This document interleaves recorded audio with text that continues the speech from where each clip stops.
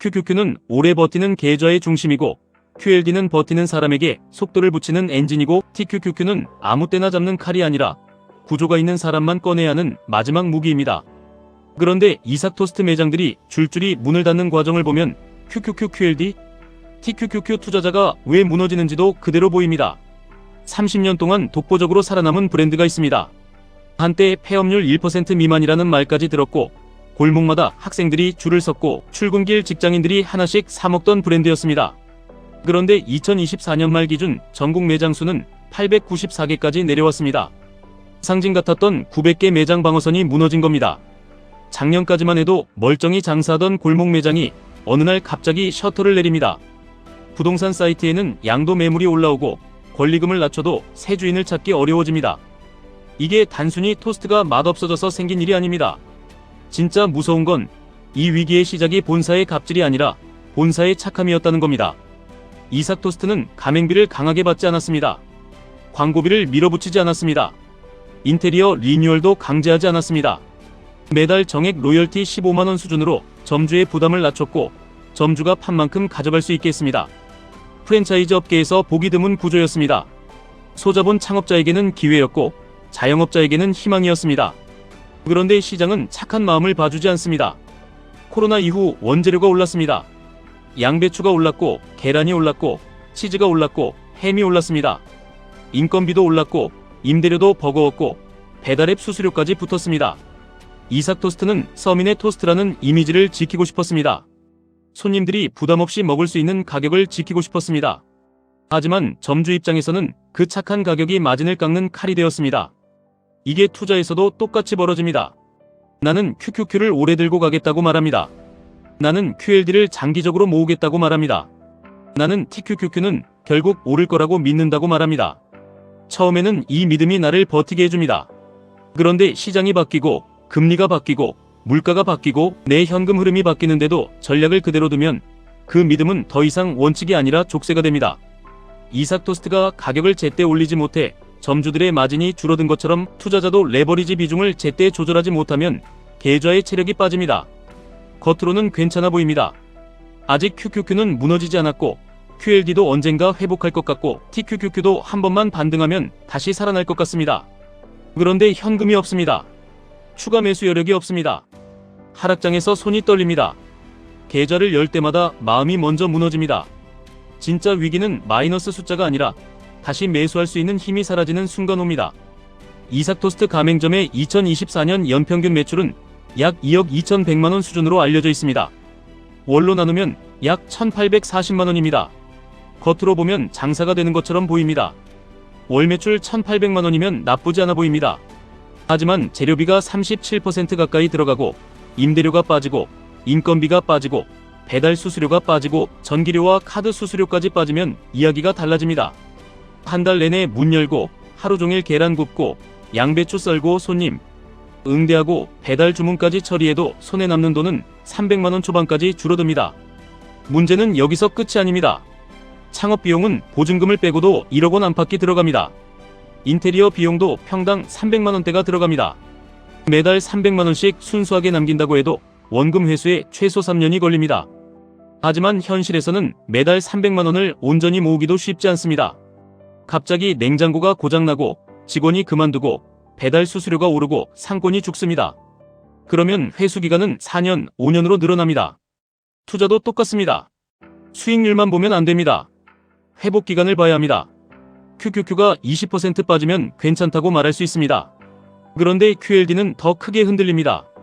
TQQQ는 더 깊게 흔들립니다. 계좌가 30%, 40%, 50% 흔들릴 때 나는 몇 년을 기다릴 수 있는지 알아야 합니다. 투자에서 진짜 중요한 숫자는 오늘 수익률이 아닙니다. 내가 버틸 수 있는 하락률입니다. 내가 추가 매수할 수 있는 현금입니다. 내가 다시 회복할 수 있는 시간입니다. 이삭 토스트 점주들이 버티다 못해 재료를 줄이기 시작한 것도 같은 이유입니다. 처음부터 손님을 속이려고 한 게 아닙니다. 적자를 피하려고 했던 겁니다. 양배추를 조금 줄이고 햄을 조금 얇게 넣고 소스를 조금 아끼면 하루는 버틸 수 있습니다. 하지만 소비자는 바로 압니다. 예전보다 얇아졌네. 예전보다 덜 든든하네. 예전 맛이 아니네. 그 순간 단골이 떠납니다. 손님이 줄어듭니다. 매출이 줄어듭니다. 그러면 점주는 또 재료를 아끼게 됩니다. 이게 악순환입니다. 계좌도 똑같습니다. 처음에는 원칙이 있었습니다. 월 100만원 중 60만원은 QLD, 20만원은 TQQQ, 나머지는 현금으로 두겠다고 정합니다. 그런데 시장이 오르면 현금을 아끼는 게 바보 같아 보입니다. 그래서 현금까지 넣습니다. 조금 더 오르면 TQQQ 비중을 늘립니다. 처음에는 수익이 빨리 납니다. 그런데 조정이 오면 추가 매수할 돈이 없습니다. 그때부터 원칙을 줄입니다. 이번만 물 타자. 이번만 버티자. 이번만 신용을 쓰자. 이렇게 계좌의 재료를 줄이기 시작합니다. 그 순간 투자자는 손님을 잃는 게 아니라 자기 멘탈을 잃습니다. 본사는 결국 뒤늦게 가격 인상을 했습니다. 하지만 그때는 또 다른 문제가 생겼습니다. 소비자 머릿속의 이삭 토스트는 여전히 길거리 토스트입니다. 3,000원대, 4,000원대에 간단히 먹는 서민 음식입니다. 그런데 세트 가격이 7,000원대에 들어오면 사람들은 비교하기 시작합니다. 이 돈이면 편의점 간편식 2개를 먹을 수 있는데, 이 돈이면 햄버거 세트를 먹을 수 있는데, 이 돈이면 프리미엄 샌드위치도 고민해 볼 수 있는데, 결국 아래에서는 저가 간편식이 치고 올라오고 위에서는 프리미엄 브랜드가 내려옵니다. 가성비도 아니고 프리미엄도 아닌 애매한 위치가 됩니다. 투자자도 포지션이 애매하면 무너집니다. QQQ 투자자인데 매일 TQQQ처럼 흔들립니다. QLD 투자자인데 하락장에서는 QQQ보다 더 겁을 냅니다. TQQQ 투자자인데 비중 기준도 없고 익절 기준도 없고 현금 기준도 없습니다. 그러면 자산이 문제가 아니라 내 포지션이 문제입니다. 나는 안정형인지 성장형인지 공격형인지 먼저 정해야 합니다. QQQ는 계좌의 중심입니다. QLD는 계좌의 속도입니다. TQQQ는 계좌의 기회입니다. 중심 없이 속도만 붙이면 사고가 납니다. 속도 없이 기회만 기다리면 답답합니다. 기회만 보고 중심을 버리면 한 번의 하락장에서 몇 년이 날아갑니다. 이삭 토스트가 흔들린 또 하나의 이유는 리뉴얼입니다. 본사는 점주들에게 부담을 주고 싶지 않았습니다. 그래서 매장 리뉴얼을 강제하지 않았습니다. 선한 배려였습니다. 하지만 소비자는 매장의 사정을 모릅니다. 어떤 매장은 새롭고 깔끔한데 어떤 매장은 20년 전 모습 그대로입니다. 소비자는 이렇게 생각합니다. 브랜드가 낡았네. 예전 같지 않네. 요즘 감성이 아니네. 본사는 점주를 배려했지만 시장은 그 배려를 브랜드 노후화로 해석했습니다. 투자도 마찬가지입니다. 예전에는 그냥 버티면 됐습니다. 2020년 이후 유동성이 넘칠 때는 TQQQ를 강하게 들고 가도 시장이 보상해주는 구간이 있었습니다. 하지만 모든 장이 그렇게 친절하지 않습니다.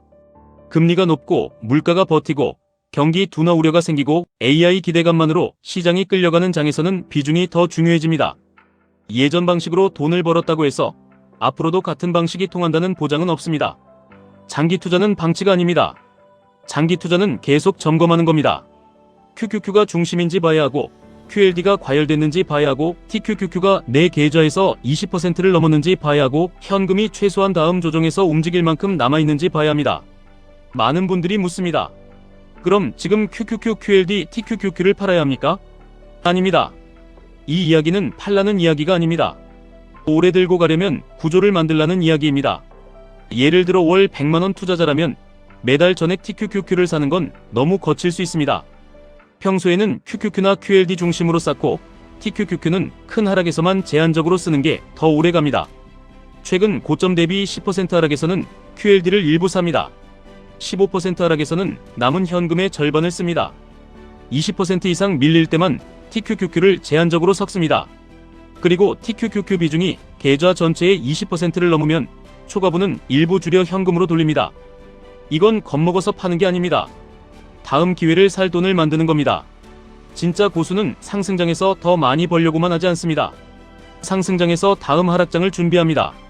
이삭 토스트의 비극은 나쁜 회사가 무너진 이야기가 아닙니다. 오히려 착하게 하려던 회사가 시장의 숫자를 늦게 받아들인 이야기입니다. 점주를 위했고 소비자를 위했고 가성비를 지키려 했습니다. 하지만 원가가 오르고 임대료가 오르고 인건비가 오르고 소비 트렌드가 바뀌면 착함만으로는 버틸 수 없습니다. 투자도 똑같습니다.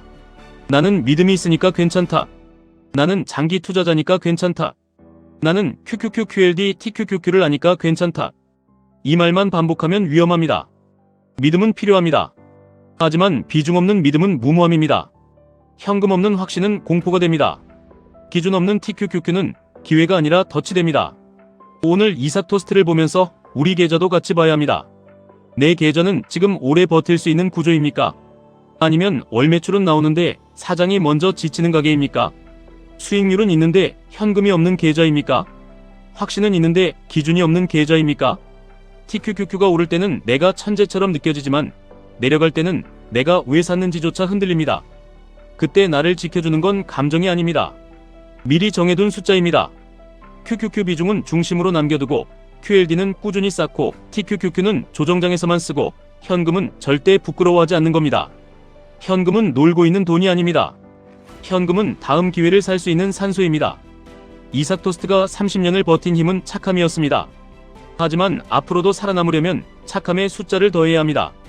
투자자도 똑같습니다. 열정만으로는 부족합니다. 믿음만으로는 부족합니다. 공부만으로도 부족합니다. 내 계좌가 10% 빠졌을 때 뭘 할지, 20% 빠졌을 때 뭘 할지, 30% 빠졌을 때도 가족과 밥을 먹을 수 있을지 이걸 숫자로 정해둬야 합니다. 우리가 원하는 건 하루짜리 대박이 아닙니다.